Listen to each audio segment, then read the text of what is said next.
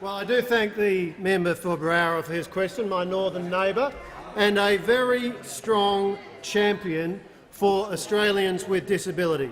Because, as the member for Berowra knows, the vital services upon which Australians with disability depend can only be funded if we have a strong economy and a strong budget. And, of course, at the very core of those services is the National Disability Insurance Scheme. Over 200,000 Australians with disability are now supported by the National Disability Insurance Scheme, 60,000 of them receiving support for the first time. And in the electorate of Berowra, I'm pleased to say, almost 2,000 people will benefit from the National Disability Insurance Scheme. And it's applying in a whole range of different ways. The early childhood early intervention pathway is now supporting over 6,600 children, and that is transforming lives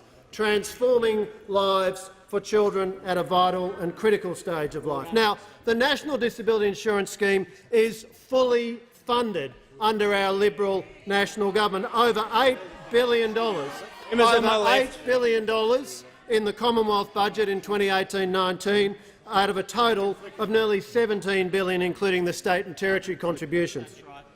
And by 2021-22, that number rises to $22 billion.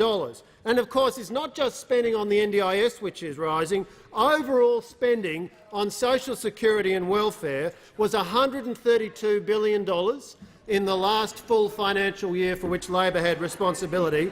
In 2018-19, it is up to $176 billion.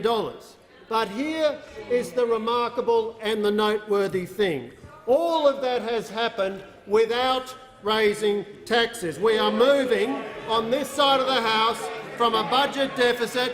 We are moving from budget deficit to balance and a surplus, and at the same time we have maintained that discipline. We've made social welfare spending sustainable when it was rising unsustainably under the previous government. And, Mr Speaker, it's called good management. It's called good management. It's not something the left are interested in. It's not something they know about. It's not something they care about. They don't go and have street protests saying, "We want good management." But I tell you, Mr Speaker, there is nothing more important to the livelihoods and fortunes of the Australian people, and that is what we are delivering with a strong budget and a strong economy that funds the essential services that Australians rely on.